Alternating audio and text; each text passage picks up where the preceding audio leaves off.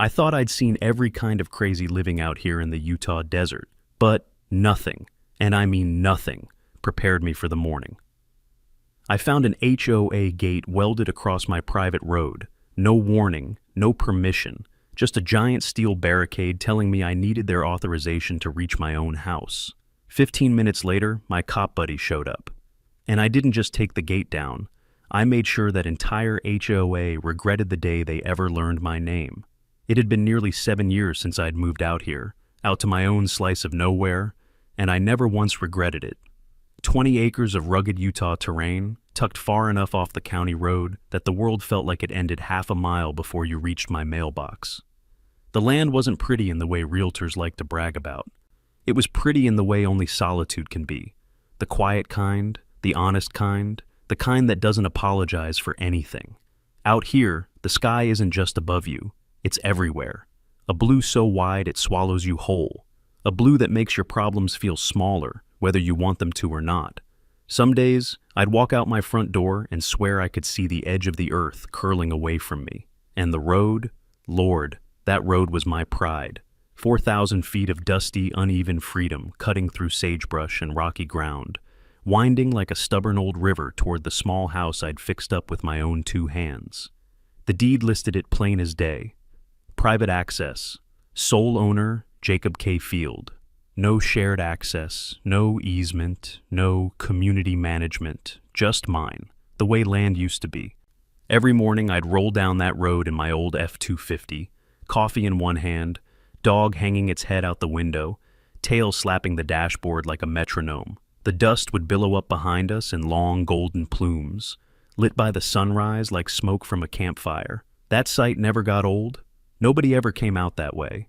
Not unless they were lost, desperate, or the kind of delivery driver who cared more about finishing his shift than self-preservation. Most days it was just me, the dog, and the wildlife. Mule deer drifting like ghosts through the brush, coyotes trotting along the edges of the road, pretending they weren't watching me. That silence, that stillness, it was worth more than gold. That's why I bought the place. That's why I stayed. 7 years of peace shapes a man. It makes him calmer, more patient. But it also sharpens his sense for when something isn't right, the way a seasoned rancher can smell rain long before the clouds gather. Looking back, maybe I should have noticed the signs, the drop in mail volume, a stranger's tire tracks where there shouldn't have been any, the sound of metal clanging in the distance one night, faint but unusual. Little things you dismiss at the time because the world has taught you to ignore anything that doesn't scream. Maybe I'd gotten comfortable, maybe too comfortable. But out in the desert, comfort can trick you. It makes you think peace will last forever.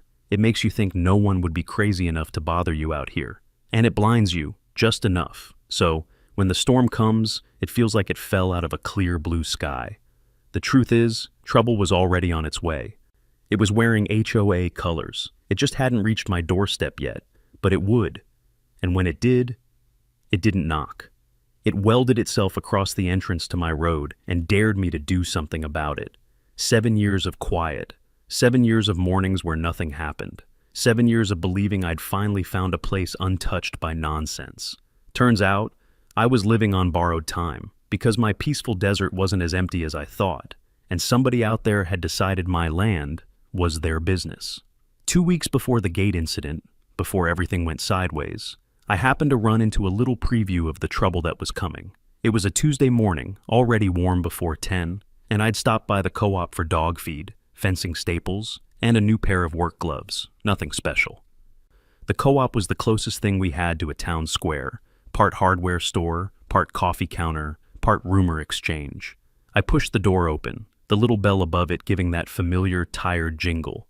Inside smelled like hay, engine oil, and fresh cinnamon rolls somebody's wife brought in every Wednesday. And that's when I saw her, standing by the front counter like she owned the oxygen in the building, Karen Sanders. I didn't know her personally, but I'd heard the name whispered around the county bulletin board like she was folklore, the kind that comes with fines, meetings, and passive-aggressive newsletters. Aviator sunglasses indoors, a fitted blazer much too formal for a feed store, heels that would have sunk 3 inches into real dirt if she ever stepped foot on it. She spoke to the cashier with the confidence of someone who believed every room was lucky to have her. But she wasn't alone. Next to her was a tall, narrow-shouldered man in a beige windbreaker. Mid-60s, thinning hair, face creased not from smiles, but from years of being spoken over. He held a clipboard tucked close to his chest like a shield. He looked defeated, like he'd spent too many years following someone else's orders. That was Glenn. I wouldn't know his name until later.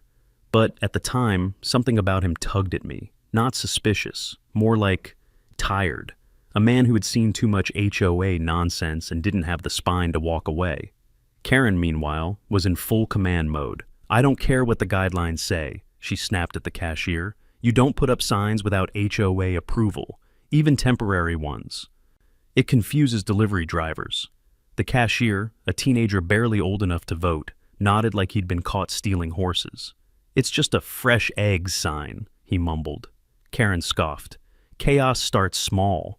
She said it like she was quoting scripture. I grabbed my cart and tried to mind my own business, but there are some personalities in this world that force themselves into your field of vision. Karen was one of them. Her voice carried like she wanted the whole store to hear how important she was. Glenn hovered behind her, an afterthought. Every time Karen made a gesture with her clipboard, he flinched just a little, barely noticeable, but enough for me to pick up on it. When I got closer to grab a box of decking screws, Karen finally turned toward me, her sunglasses tilted down. Just enough for her to give me the scan, that up-and-down judgment HOA presidents seem to be born with. She muttered. "You must be one of the off-grid types." I smiled politely. "Something like that." She stepped forward, extending a perfectly manicured hand. "Karen Sanders, president of Cedar Summit Ranch HOA. I nodded. Didn't shake her hand. Not out of rudeness, just not my style. "Jacob K. Field," I said. "I live a ways south of here." Her eyebrows lifted behind the sunglasses. "Oh, that land."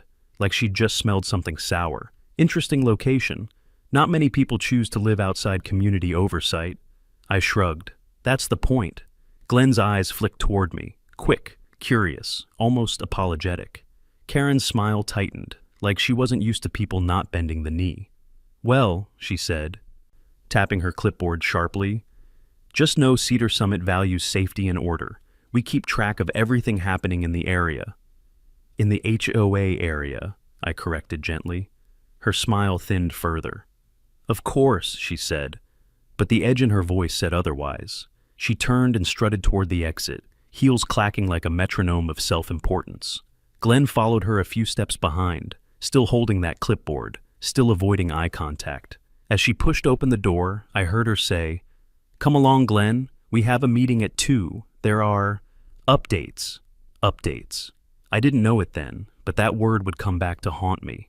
They stepped outside, sunlight flashing off her sunglasses like a warning flare. I stood there for a moment, one hand on the dog food bag, watching her SUV pull away. Burgundy with HOA decals on both doors. The kind of paint job that screams rules even from a distance. Something in my gut twisted. Not fear, not paranoia, just instinct. I'd lived long enough out here to trust my instincts. And that morning in the co-op, something whispered, "This woman's gonna be trouble." I brushed it off, paid for my things, loaded the truck. But as I drove home, dust trailing behind me, the sound of her heels still echoed faintly in my memory. Sharp, invasive, unwelcome. I should have paid attention.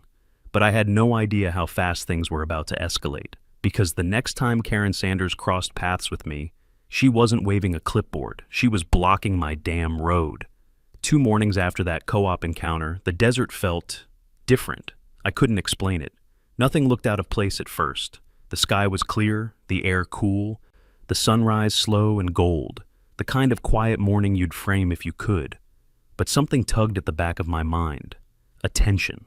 A wrongness. My dog felt it too.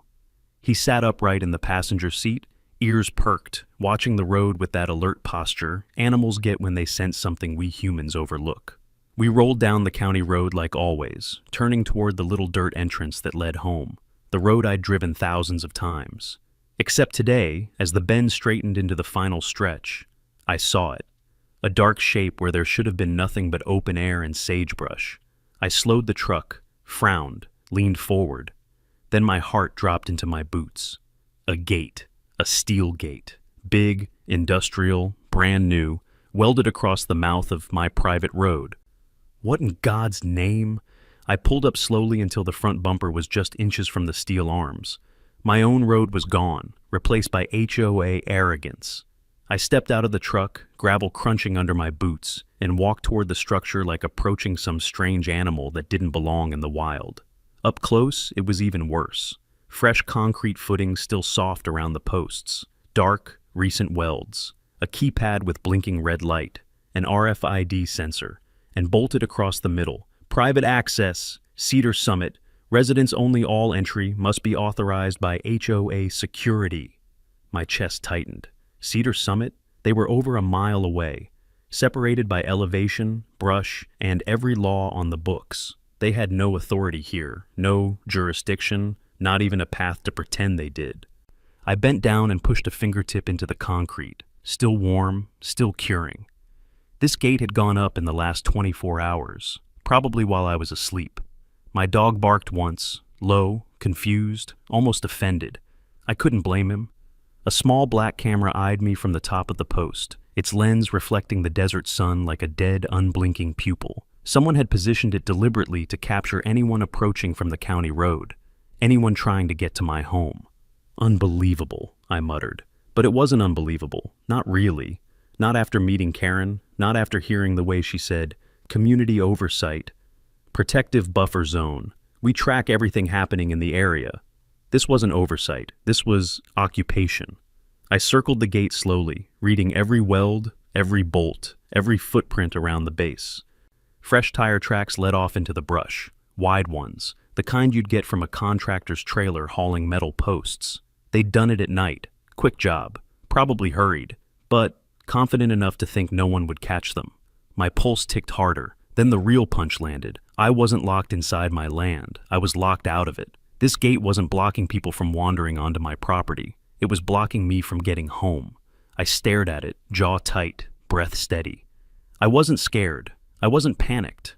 I was something worse, focused. The kind of focus that comes when someone crosses a line they shouldn't have come near. I took out my phone and snapped a dozen photos. The sign, the keypad, the concrete, the camera, the tire tracks. Every angle, every detail. But I didn't call anyone, not yet. Calling could wait. Paperwork could wait. The county could wait. Right now, there was only one person who needed to answer for this. I climbed back into the truck. My dog looked at me, ears tilted, sensing the shift in my energy. "No," I said softly. "We're not going home. Not until I fix this." I turned the wheel the opposite direction, back toward the main road, back toward Cedar Summit Ranch, back toward that beige clubhouse where Karen Sanders held court like she was judge, jury, and executioner of the cul-de-sac kingdom. The engine hummed low and angry as I pressed the pedal. Dust lifted behind me in a long, rising plume. I wasn't going back to the house. I was going to get answers, face to face. And the woman who welded a gate across my private road was about to have the worst morning of her life. I drove straight from the blocked road to Cedar Summit Ranch, dust trailing behind me like a storm warning. My truck rumbled into their neatly paved parking lot, the kind of pristine asphalt that looked like it had never seen a real day's work. Fake perfection. Exactly the kind of place Karen would feel at home. The HOA clubhouse stood at the center of the development like a government building pretending to be classy. Beige walls, oversized columns, a flagpole proudly flying a banner with the HOA logo, a stylized mountain range no one living here had ever actually hiked. I parked crooked, on purpose. Before I even killed the engine, I felt eyes, neighbors walking dogs, a jogger, a couple trimming hedges to some ridiculous HOA-approved height. All of them glancing over just long enough to register. Outsider.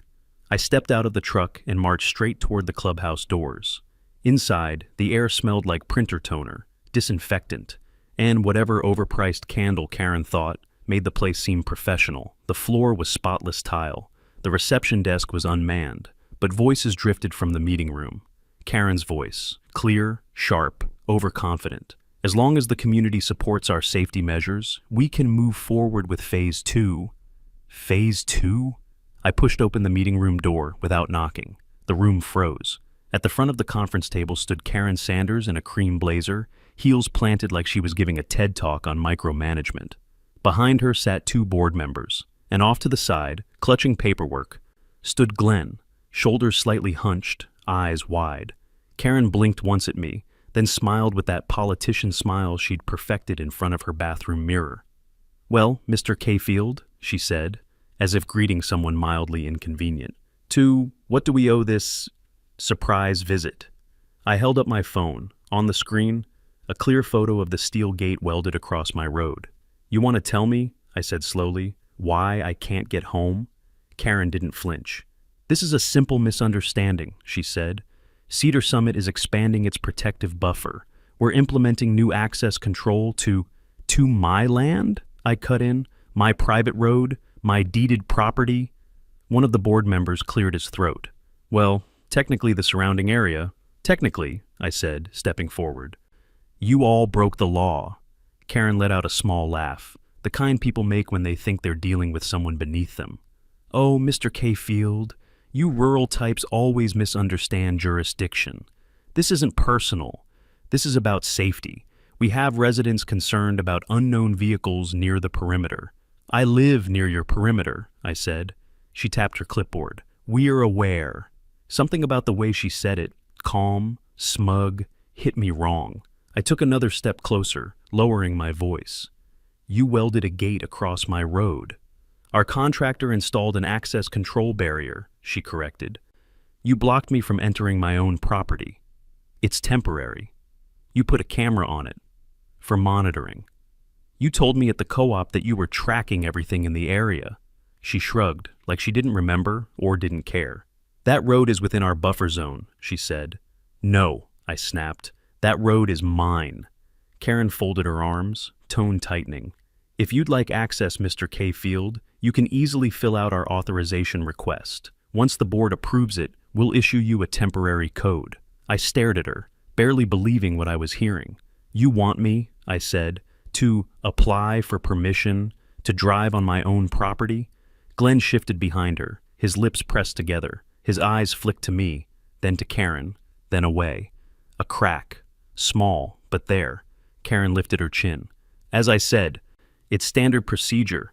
I couldn't help it. I laughed. Not loud, not angry, just disbelieving. "You've lost your damn mind," I said. "Excuse me?" Karen snapped. "You heard me?" The room went silent, except for the soft hum of an HVAC vent. Finally, Karen motioned to the board. "I think we're done here." "No," I said, planting my hands on the table. "We're not." Karen stiffened. "You're going to remove that gate," I said. "Today? Right now." She smiled again, that tight, condescending smile. "And if we don't," I leaned in, "then I'm calling the county, then I'm calling the sheriff, and trust me, they're going to have a field day with what you just did." Karen's smile faltered, just a flicker, but I saw it, a crack. Behind her, Glenn shifted again, this time stepping slightly forward, as if he wanted to speak but knew better. Karen straightened her blazer. "Mr. Cafield, if you walk out that door, you'll regret the way you're handling this." I stared her down. "Lady, the only thing I regret is wasting 4 minutes listening to you talk." And with that, I turned, left the room, and marched back into the sunlit parking lot. My pulse was steady, my mind was sharp. I'd played it calm. Because the next step wasn't arguing, it was bringing in someone who actually had authority. Someone who knew the difference between an HOA dispute and a crime. Someone named Lieutenant Mark Dorsey. Driving away from the HOA clubhouse, my hands were tight on the steering wheel, not shaking, just locked in place. Like my body already knew this wasn't something I was going to solve with polite conversation or forms or whatever Karen called procedure. I didn't go home. Couldn't go home, because home was blocked by them. So instead I swung the truck around to a pull-off near the county road, grabbed my phone, and scrolled to a name I trusted more than any HOA board combined. Lieutenant Mark Dorsey. I hit call. He answered on the second ring, voice calm and gravelly like always. "Dorsey." "It's Jake," I said. "I've got a situation." "What kind of situation?" "The illegal kind." A pause, not hesitation, calculation. "Where are you?" he asked. "About 100 yards from the mouth of my road."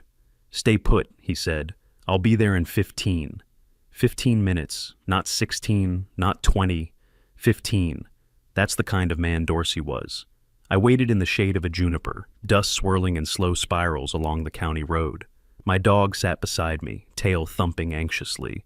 Then, right on time, I heard the low rumble of a county sheriff cruiser making its way toward me. Silver, dusty, reliable. Dorsey pulled up, stepped out, and adjusted his belt. He wasn't a tall man, but he carried himself like a granite boulder, slow-moving, immovable, and absolutely done with everyone's nonsense. His eyes took me in quickly. "You look like you've had a morning," he said. "You haven't seen anything yet." I motioned him to follow. We walked those last 100 yards to the gate. Dorsey stopped dead when he saw it.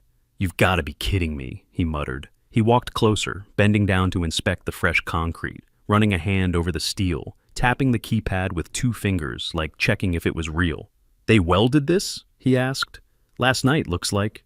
He glanced at the camera on the post, little black eyes staring right back.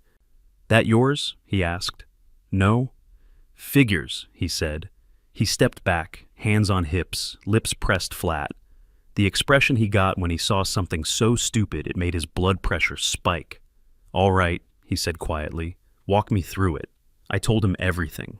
The co-op encounter, the HOA claim about a buffer zone, Karen's arrogance, the clubhouse confrontation, everything she said, and everything she ignored.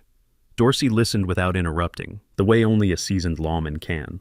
When I finished, he shook his head. "They really blocked your road," he said. "Your deeded road." "Yep." "That's criminal obstruction." "Yep." "And they filmed you approaching your own property." "Yep." "And they told you needed a code." "Yep." He exhaled like a man who had just read the last chapter of a very stupid book. "Well," he said. "That's enough for me." He reached for his radio. "Wheeler, get over here," he said. "Bring a toolbox." 10 minutes later, another cruiser arrived. Officer Wheeler stepped out, younger, more jittery, the kind of guy who looked like he'd rather be investigating a bank robbery than whatever HOA circus had just rolled into our county. He took one look at the gate and groaned. "Oh no," Wheeler said. "Is this HOA stuff?" "Yes," Dorsey replied, "and we're not putting up with it today." He turned to me. "You got bolt cutters?" "No." He nodded at Wheeler. "He does." Wheeler trudged back to the cruiser, muttering under his breath, and returned with a set of heavy-duty bolt cutters. Before he even positioned them, we heard tires rolling on pavement. A white SUV, HOA logo on the side. It stopped right at the other end of the gate. Door opened. And out stepped Karen Sanders, sunglasses on, clipboard in hand, expression already annoyed like we were late to a meeting she hadn't scheduled. "Officers," she said sweetly, "can I help you?" Dorsey didn't miss a beat. "Yeah," he said, "you can explain why you installed a barrier across private property." Karen smiled the smile of someone who believes rules only apply to other people. "This isn't private property," she said.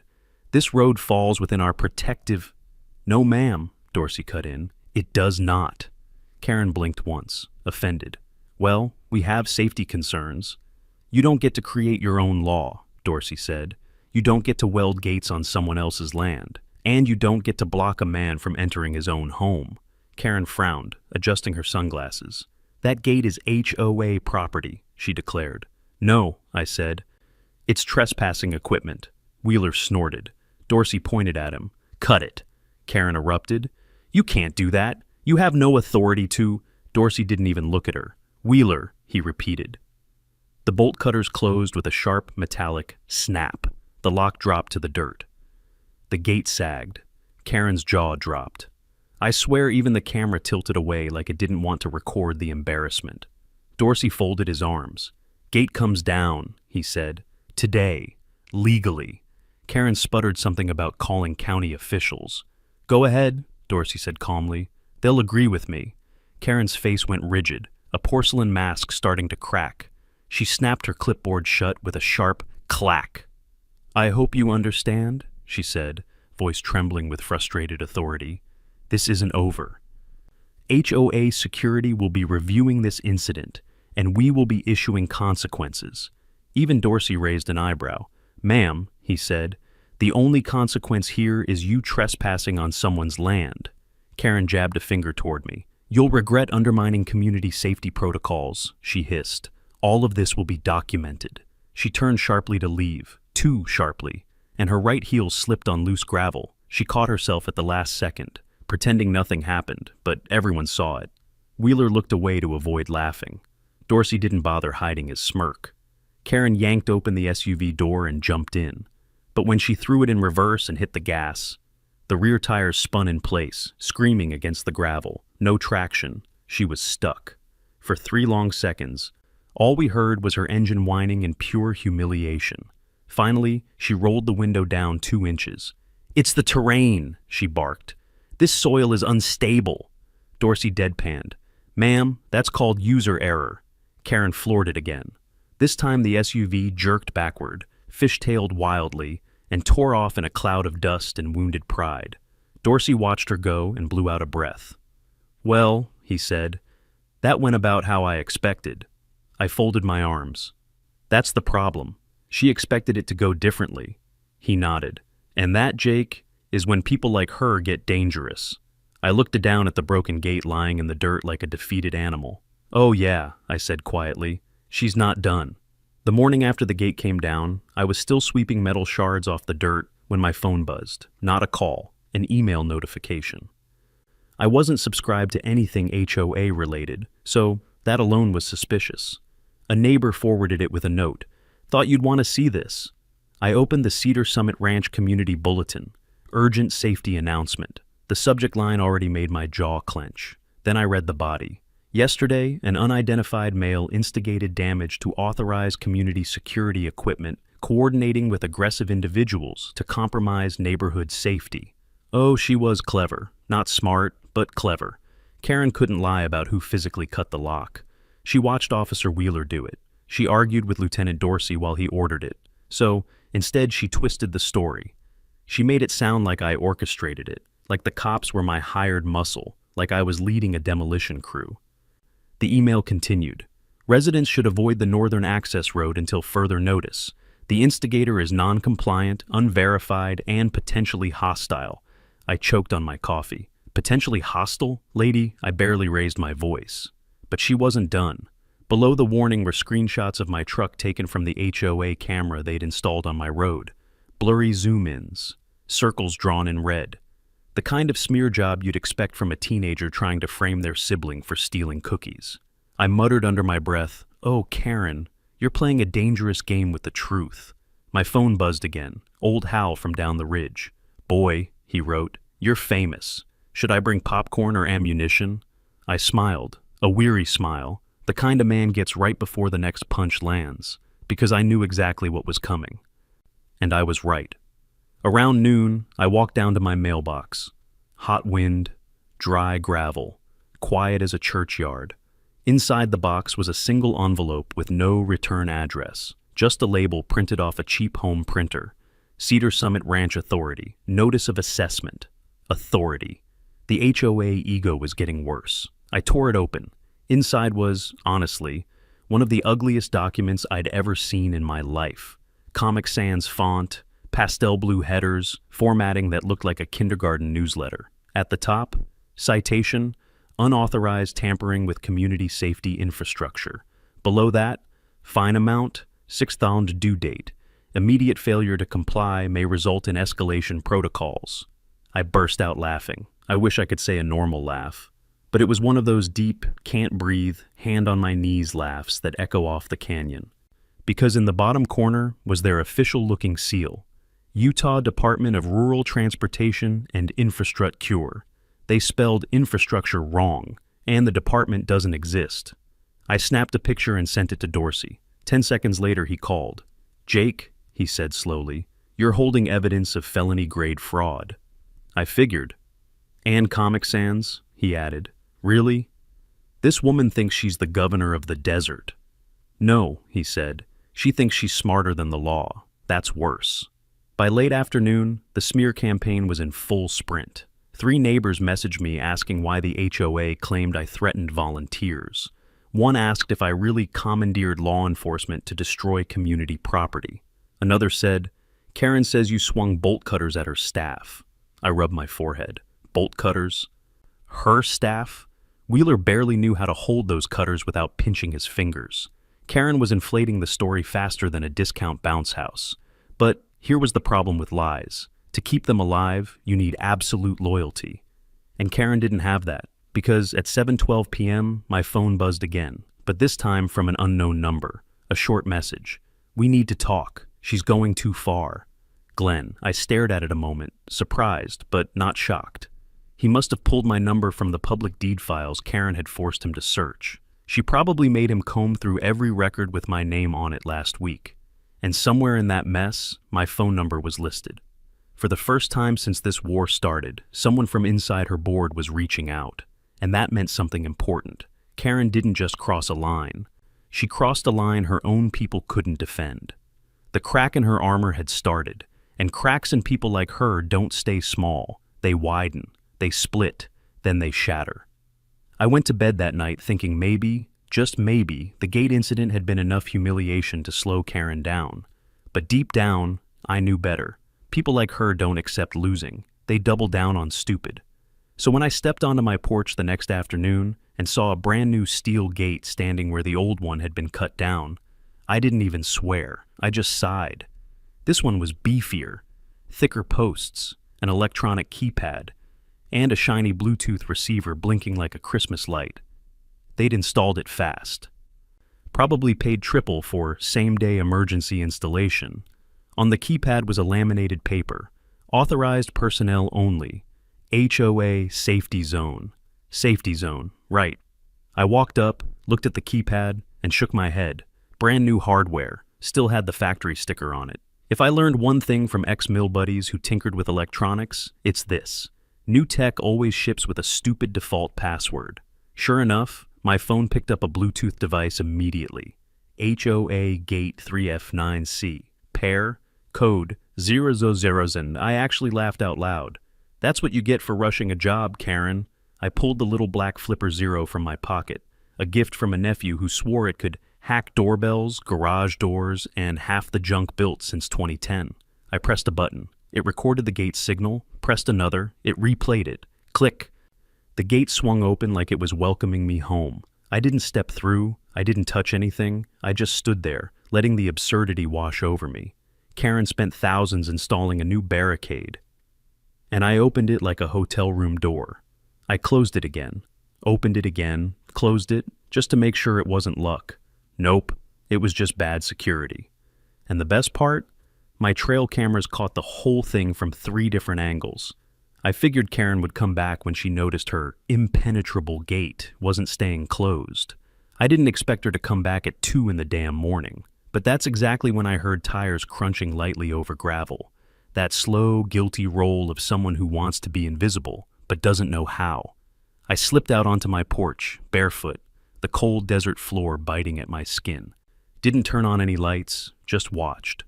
Down the road, a white SUV idled with its headlights off. Passenger door opened, a flashlight flicked on, and there she was. Karen Sanders, hair tied back, black windbreaker stretched tight across her shoulders, moving like she was reenacting a spy movie she'd only seen the trailer for. With her was a tall, bearded guy, probably one of her volunteers, poor man. He looked like he'd rather be anywhere else on Earth. They walked up to the gate, the brand new, expensive, supposedly tamper-proof gate.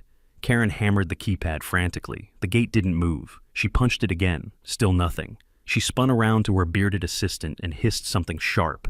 He shrugged helplessly. I grinned. Of course the gate didn't open. Bluetooth devices only stay paired for a few minutes before shutting down. And Karen didn't know the passcode, but I did. Well, Flipper Zero did. I tapped a button. From half a mile away, hidden in the dark, I heard the faint electronic click of the gate swinging open by itself. Karen jumped like she'd seen a ghost. The bearded guy actually yelped. I had to slap a hand over my mouth to keep from laughing. Karen shined her flashlight wildly around the desert, whisper yelling, "Did you see that? Someone's out here." The man stuttered. "It opened by itself." "No, it didn't," she snapped. "Someone is remote hacking our safety equipment." Remote hacking. She had no idea how right she was. She moved closer to the gate, took out her phone, and started snapping photos. Not of the gate malfunctioning, but of traffic cones, reflective tape, and a crowbar she had brought to stage the scene. She set the crowbar on the ground, took a photo, moved it an inch, took another, her Evidence, as she probably called it. The bearded guy shifted nervously. Karen, maybe we shouldn't. Quiet, she hissed. This road is a crime scene. I am documenting it. A coyote howled somewhere behind them. Karen froze, beamed her flashlight into the darkness. For 3 seconds, nobody moved. Then, she stepped backward and landed directly on her own crowbar. It clanged against the gravel with a metallic slap that echoed up the ridge. She flailed, stumbled, tried to recover her balance, tripped again, and knocked over 2 of her own traffic cones. The bearded man rushed to help her. She swatted his hand away. I know what I'm doing. No, ma'am, you do not. Eventually, she swept everything into the trunk in a panic. Cones, tape, crowbar, and they sped off so fast the SUV fishtailed like a wounded jackrabbit. Silence returned. Just the wind, the desert, and a man barefoot on the road shaking his head. She had absolutely no idea. Every second of her little midnight operation was on camera. Every lie she planned to tell just became evidence against her, and the gate she was trying to protect? I opened it with a 150 toy. Oh, Karen, I whispered, you picked the wrong man and the wrong road. By the next afternoon, the desert felt unusually still, not quiet, still, like the land itself was holding its breath, waiting to see what disaster Karen would cook up next. I went through my usual routine, coffee, checked the solar rigs, kicked the dirt off my boots just because it felt good, but part of me kept glancing toward the access road. After the midnight circus she'd pulled, I expected some kind of retaliation. A letter, a drone, a sheriff's deputy she'd sweet-talked, something. But by noon, nothing happened. Karen was planning. That was always worse than her acting. I walked back toward the house when my phone buzzed. Unknown number, local area code. I almost ignored it, until a text came through. We need to talk, privately. I know what she's doing. I frowned. Before I could type a reply, another message followed. Meet me at the old feed store parking lot, 5 minutes. I stared at the screen.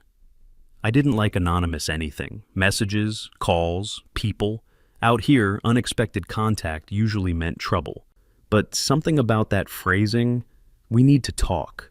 I know what she's doing. Only one person would phrase it like that, Glenn. And sure enough, as I drove down the short stretch to the feed store, there he was, leaning against a dusty silver Hyundai, arms crossed tight like a man bracing for a storm. He looked jumpy, eyes darting, shoulders pulled up like he expected Karen to materialize out of thin air. I parked beside him and stepped out. He didn't even say hello. You got cameras on your place, right? He asked, voice low. I raised an eyebrow. Plenty. He nodded, relieved and afraid at the same time. Then he blew out a breath and rubbed his temples. I can't keep doing this, he muttered. She's gone too far this time. All right, I said gently. Start from the beginning. He glanced around again, making sure no one else was in earshot. Then he said it. I saw her last night. I kept my face calm. Near the gate, he swallowed. She told everyone she was homesick, said she had a migraine and needed darkness. Meanwhile, she dragged me and that poor maintenance guy out there at 2 a.m. Let me guess, I said. She brought cones, tape, and a crowbar. His eyes widened in surprise. You saw that? Cameras, I said simply. They caught all of it. He let out a shaky laugh. I knew it, he whispered. I knew she'd get sloppy. He reached into his jacket and pulled out a folded stack of papers, creased, worn, handled too many times. He held them out to me with 2 trembling fingers. I made copies, he said. If she finds out I did, she'll skin me alive. I unfolded them. Internal HOA Slack messages, screenshots, board discussions. And there it was, Karen's written plan. Word for word. He won't fight back. Guys like him don't know the law. Another. If we control the road, we control him. Doesn't matter what the deed says. Pressure works. And the worst one of all, if we need an agreement on file, just make one. Alan's in Alaska. No one's checking signatures. I stared at the page. Part rage, part disbelief, part relief. Finally, proof of her intent. Glenn saw my face and immediately raised both hands. I didn't write any of that, he said quickly. She dictated half of it while pacing around the conference room like a prison guard. Why come to me? I asked softly. He blinked, surprised by the question. Then he sighed. "Because I'm tired," he said. "Tired of being bullied. Tired of watching her destroy people's lives because she gets bored. Tired of pretending I don't know she's rotten to the core." He wiped sweat from his brow. "And because you're the only one she can't push." There was something in his voice, not admiration exactly, but recognition. A man realizing that a storm bigger than himself had finally met a mountain that wouldn't move. I folded the papers carefully. "You understand?" I said. "This is enough to burn her entire house down." He nodded. "That's why I'm not putting my name on it," he said quickly. "I can't. I've got a mortgage, a wife with medical problems. I'll get crushed." I nodded back. "Then your name doesn't exist," I said. "Our little chat never happened." His shoulders sagged in relief. Then, before he got in his car, he paused. "Oh, and one more thing," he said. "She's planning something bigger, something stupid. She thinks the gate incident made her look weak. She won't accept that. She'll escalate." I exhaled slowly. Of course she would. Glenn gave me a tight, apologetic nod, climbed into his Hyundai, and drove off like he expected someone to chase him. I stood alone in the dusty lot, the papers held tight in my fist, the wind tugging gently at the edges. Karen had crossed the line before, but now she'd left footprints, and I was done letting her walk wherever she pleased. The next morning rolled in slow and dry like most desert mornings do. A pale gold sun crept over the ridge, lighting up the sagebrush and scattering long shadows across my property. But something felt different, not uneasy, no. It was the feeling right before a storm, when the air goes still and the animals go quiet, and even the wind seems to hold its breath. I grabbed my coffee, stepped onto the porch, and stared down the access road toward gate number 2. Still standing, still smug, but after last night's little ghost show, I doubted it was functioning the way Karen expected. I walked down the road, gravel crunching under my boots, the dog trailing behind me with his ears perked. The keypad's little LED still blinked, a soft, steady pulse. Alive, but clueless. I tapped the post. Solid, not cheap. Karen had sunk real money into this one. And then, as if on cue, the gate hiccuped. A tiny mechanical stutter. Barely noticeable, but I heard it. Something inside the motor was grinding, caught between two states, open and closed, like a confused robot. "Shouldn't have messed with the defaults," I muttered, sipping my coffee. The gate twitched again. Then a soft electronic chirp sounded. The motor engaged, and the arms of the gate jerked. Once, twice, then shuddered violently and locked in place halfway open, halfway closed, like a drunk man unsure if he wanted to sit or stand. I nearly spit my coffee out. It was the funniest damn thing I'd seen all week. "Bluetooth desync," I whispered. "Bless your heart, Karen." There was no world where she would accept this. Not after last night. Not after Glenn slipped me her little Slack confession. She'd push back harder and harder until she broke something too big to hide. I had no intention of touching the gate myself. Not a bolt, not a wire, not even a smudge. I wanted everything preserved exactly as it was, because I already knew what was coming next. And I wasn't wrong. At 9:17 a.m., a white HOA SUV rolled down the road from the Cedar Summit side, slower than usual, cautious. It stopped a few feet short of the stuck gate. Karen climbed out. Sunglasses, clipboard, lips pressed so tight they looked welded shut. She walked around the gate like she expected it to attack her, tapped the keypad with one perfectly manicured finger. Nothing. Tapped again, harder, still nothing.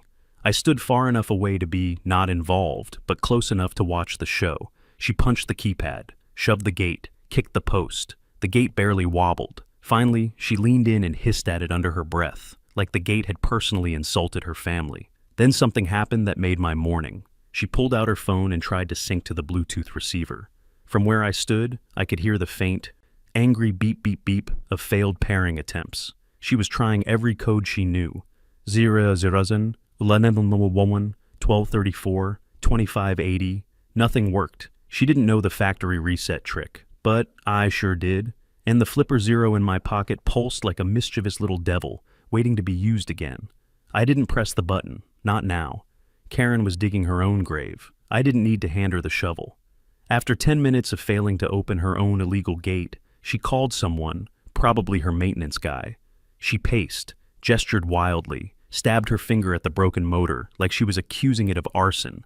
Then she did something that changed everything. She took her sunglasses off, and I saw her eyes, wild, desperate, frustrated, no control, no power, a queen without her crown. And that's when Glenn's warning echoed in my mind. She's planning something bigger, something stupid. He was right. Karen was spiraling, and spiraling people make mistakes. I waited until she drove away, kicking up dust like a wounded coyote fleeing a trap. Then I called the one man who needed to see this, Lieutenant Mark Dorsey. He picked up on the second ring. "Jacob, what now?" "You might want to come and take a look at this gate," I said. "It's having a rough morning." I heard him sigh, long and tired.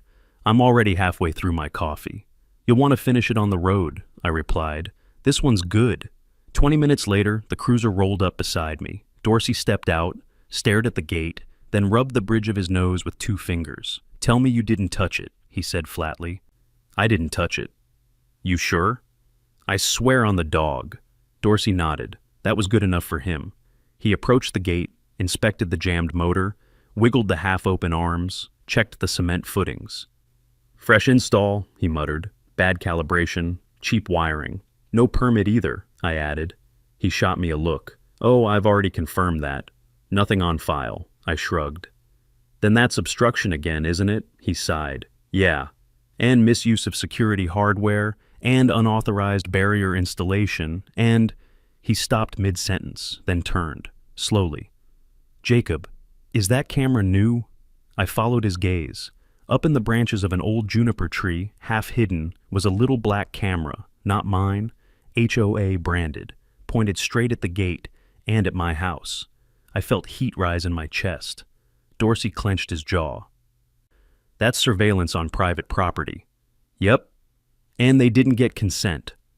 "Nope. That's felony territory." "Yep." He exhaled hard through his nose. "Jesus, Jacob, she's burying herself." I nodded, and for the first time since this nightmare started, I felt the tide turn. Karen wasn't just crossing boundaries anymore, she was sprinting past them, eyes closed, mouth open, screaming the whole way, and the law was finally catching up. Dorsey spent a long moment staring at that illegal camera lodged in the juniper tree. The little lens blinked red every few seconds, recording, transmitting God knows where. He sighed, a deep, exhausted exhale a man only makes after decades on the job. "Jacob," he muttered, "this isn't just an HOA dispute anymore. This is turning into a criminal file." I didn't say anything. Didn't need to. The gate, the camera, the bullshit emergency justification. Karen had crossed a line she couldn't uncross. "Let me call this in," he said. While he spoke softly into his radio, I just stood there with my thermos of lukewarm coffee, watching sunlight shimmer off the broken motor. The desert was silent, still, waiting. When Dorsey clipped his radio back onto his vest, he looked older than he had 10 minutes ago. "She's spiraling," he said, "and spiraling people do dangerous things." Before I could answer, tires rolled up slow behind us, crunching gravel in that guilty way only nervous people drive. It was Glenn. He climbed out of his Hyundai with the jittery body language of a man carrying secrets that weigh more than stone. "Lieutenant," he whispered, you need to see this." Dorsey stepped closer. "What's wrong?" "Son," Glenn swallowed hard. "She's planning a board vote tonight to authorize the HOA to secure all access points affecting resident safety. She's calling your road a public necessity corridor." My jaw tightened. "A corridor," I repeated. Glenn nodded miserably. "She's printing charts, maps, claims of fire hazards. None of it makes sense, but the board, they're scared of her. And she knows it." Dorsey cursed under his breath. "She's trying to fabricate jurisdiction," he said. Glenn's hands shook as he reached into his jacket and pulled out a worn, heavily folded stack of papers. "Here," he said. "I made copies." He handed them to me like someone handing over a confession. Slack transcripts, board logs, and there it was, the written intent. If we control the road, we control him. And the worst line, just make a fake agreement. Alan's in Alaska, no one checks signatures. I folded the pages slowly, carefully, like evidence in a museum case. Glenn's voice shook. "I'm scared of her. She's treating this like a frontier war." I rested a hand lightly on his shoulder. "Glenn, you spoke up when it mattered. He nodded, but fear gnawed at the edges of his expression. "She's not stopping," he whispered. "She's planning something bigger tonight." Then he drove off, dust curling behind him. Dorsey watched him go, jaw clenched. "Jacob," he said, "we're approaching the point where she could lose more than her gait." Meaning?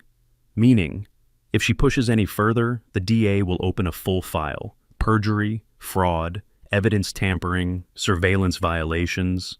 Hell, maybe even attempted seizure of private property under false pretenses. The wind swept across the sagebrush. A storm was forming over Cedar Summit, and I could feel the electricity humming beneath my boots. I walked back toward my house, leaving Dorsey to photograph the malfunctioning gate, the illegal camera, the wiring mess, and the scuffed dirt where Karen had clearly tried and failed to open her own barricade. The dog trotted ahead, the sun climbed, and for the first time in weeks, I felt the tide turning. But the universe wasn't done with me yet, not by a long shot, because sitting on my porch, tucked into the corner of the doormat, was a large manila envelope. No mailman comes this far down the road. UPS won't even try, and the county hasn't delivered anything here in months, which meant only one thing. Someone from Cedar Summit left it. I picked it up. No return label. The back sealed with one of those golden, official-looking stickers you buy in bulk online. I carried it inside, set it on the kitchen table, and opened it with a pocket knife. Inside was exactly what I expected, yet somehow still worse. A single-page legal agreement printed on aged parchment paper that still smelled like the office supply aisle at Walmart. At the top, property maintenance and joint access agreement between Cedar Summit Ranch HOA and Parcel B17. Below that, a bunch of generic legal filler text about shared jurisdiction, seasonal maintenance, and security oversight. And at the bottom, the signature, Alan M. Brody, owner Parcel B17.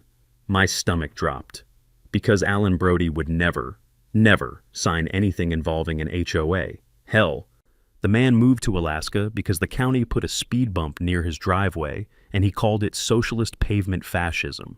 Below his forged signature was another, Karen R. Sanders, president. Then a shiny red HOA stamp. But the worst part wasn't the fake signature, or the stamp. Oh no, the worst part was the font. The entire agreement, a document meant to look like it was created 7 years ago, was printed in Cambria, a font that didn't even exist when Alan sold me the property. I actually laughed. Not loudly, just one stunned, exasperated burst of disbelief. Then I looked closer. The header alignment was off by 2 millimeters. The margins were imperfect. And the watermark? A blurry clip art tree logo pulled straight from Google Images. Good God, it was the dumbest forgery I'd ever seen. And yet, this was the weapon Karen planned to use against me. A forged agreement, delivered in secret, hours before her board vote. The trap was set, but not for me, for her. I folded the document neatly, placed it back in the envelope, and set it beside Glenn's Slack printouts. By the time I finished, there was enough evidence on that table to bury Karen Sanders deeper than a cold winter septic tank. I dialed one number, Tom Delgado, my attorney. He answered on the second ring. "Jacob, something wrong?" "Oh yeah," I said, staring at the forged signature. "You could say that. You might want to bring your green binder, the one for fraud cases." "That's the one." He whistled softly. "All right," he said. "I'll clear my afternoon." I hung up and stepped back onto the porch. The desert wind had shifted. A storm was coming. And Karen had just handed me the lightning. By the time the hearing rolled around, the whole county felt like it had been holding its breath.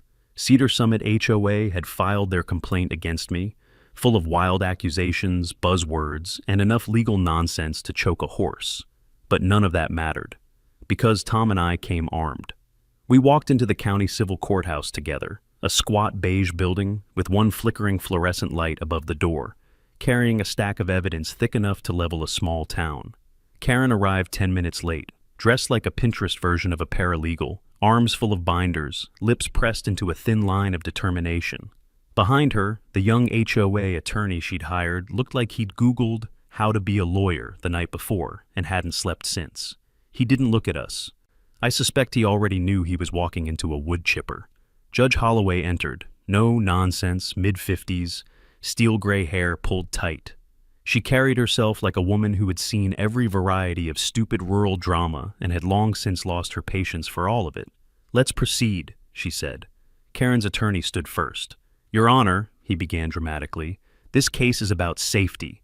It is about community protection. My client, President Sanders, acted only to ensure the well-being of Cedar Summit residents. Mr. Cafield has shown a pattern of hostility." Tom rose without waiting. "Objection, argument, not fact." "Sustained," the judge snapped, barely glancing up. The young attorney deflated faster than a punctured tire. He changed tactics. "Your Honor, we'd like to submit this access agreement, signed by the previous owner of Parcel B17, granting joint jurisdiction of the road to Cedar Summit HOA. Ah, there it was, the forged agreement, the moment Karen had built her entire fantasy case around. He held it up proudly, like a magician showing a card he was certain would astonish the crowd. Tom didn't even wait. "Your Honor," he said calmly, "that document is fraudulent." Karen jerked in her seat. The judge turned her gaze toward Tom, sharp, hawk-like. "Explain." Tom stepped forward, placing the document on the evidence table. "First, the signature. Alan Brody is alive, well, and has provided a sworn statement that he has never, under any circumstances, signed anything involving an HOA. He handed over Alan's statement. Second, the paper, purchased 2 months ago at a local print shop. We have the dated receipt." He placed the print shop invoice beside it.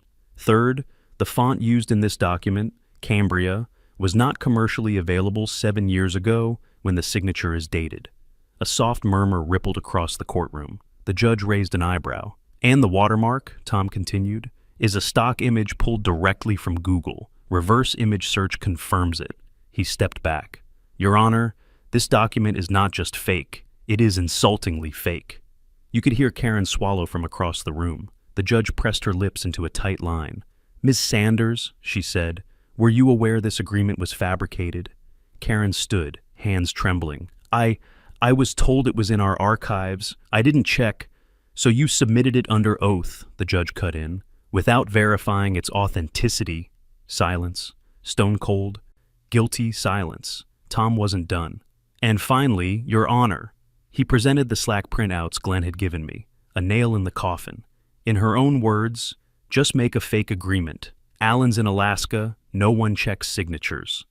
Karen sank into her chair as if her bones had dissolved. Her attorney looked like he wanted to dig a hole and crawl into it. Judge Holloway leaned back, eyes narrowing. "I'm prepared to rule." The courtroom went still, dead still. First, the lawsuit against Mr. Cafield is dismissed with prejudice. Second, Ms. Sanders is fined $25,000 for submitting falsified evidence. Third, Cedar Summit HOA will pay $84,000 in restitution and legal fees. Fourth, Ms. Sanders is removed from her position as HOA president effective immediately. And finally, this matter is referred to the district attorney for review under Utah Criminal Code for document tampering and fraudulent filing. The gavel came down like thunder. Karen didn't cry. She didn't shout. She just cracked, quietly, completely, like porcelain dropped on concrete. Tom closed his binder and whispered, "Told you she'd self-destruct." He wasn't wrong. Karen Sanders walked into that courtroom thinking she would seize my road. She walked out lucky she wasn't in handcuffs. When the dust finally settled, the desert felt different. Not louder, not angrier, just clean. Like the land itself had been holding its breath through the whole damn ordeal and finally exhaled. 2 days after the hearing, the county sent a crew to haul off the twisted metal that used to be Karen's community gate. They loaded it into a truck like scrap, because that's all it ever was. I stood by my fence line, arms crossed, watching it disappear down the road. A small, satisfied smile crept in. Tom pulled up a minute later, boots crunching on gravel. He pointed toward the main road. "You see Karen's place?" he asked. I nodded. "For sale sign went up this morning. They put a lien on the house to cover the HOA's legal bills," Tom finished. "Good," I said simply. "She paid for the show." Tom leaned against the truck. "You realize," he continued, "most folks would have caved. They would have paid the fine, joined the HOA, and prayed the harassment stopped." I shrugged. "Yeah, well, most folks don't own land out here for the easy life." He laughed. "Fair point. By late afternoon, the sun dipped low, washing the desert in that warm gold I'd fallen in love with years ago. I fired up the grill, because nothing says victory like a slow-cooked ribeye and the smell of mesquite wood. Dorsey and Wheeler showed up first, still in uniform, but off the clock. Then Glenn arrived. He looked nervous, like he wasn't sure he should be there. I waved him over anyway. "You did the right thing," I told him. He nodded, staring at his boots. "I'm trying to," he said quietly. We ate on the porch, paper plates, cold beer, the kind of silence that only exists between folks who've been through something real together. The sky turned deep blue. The crickets woke up. Dorsey raised a bottle, and the others followed. "To private land," Dorsey said. Wheeler added, "To people who actually stand up for it." Tom clinked his bottle against mine. "And to corrupt HOA presidents learning their limits." We all drank. I leaned back in my chair, boots propped on the railing, and let the night swallow the last of the heat from the day. I glanced at the newly installed steel bollards along my road, gleaming under the moonlight. They were a lot stronger than Karen's cheap gate. Out here, nothing was perfect. The land was rough, the work was hard, and the world was getting crazier every year. But this, my porch, my road, my stretch of desert, was mine. Bought and paid for, fought for, protected. And now, no HOA on earth would ever forget my name. I raised my bottle one last time, looking out at the wide, dark desert. "Two boundaries," I said, my voice carrying over the silence. "May we always know where ours end." I paused, letting the finality sink in. "And where the HOA can shove theirs." The bottle clinked against the railing, and the desert was silent again.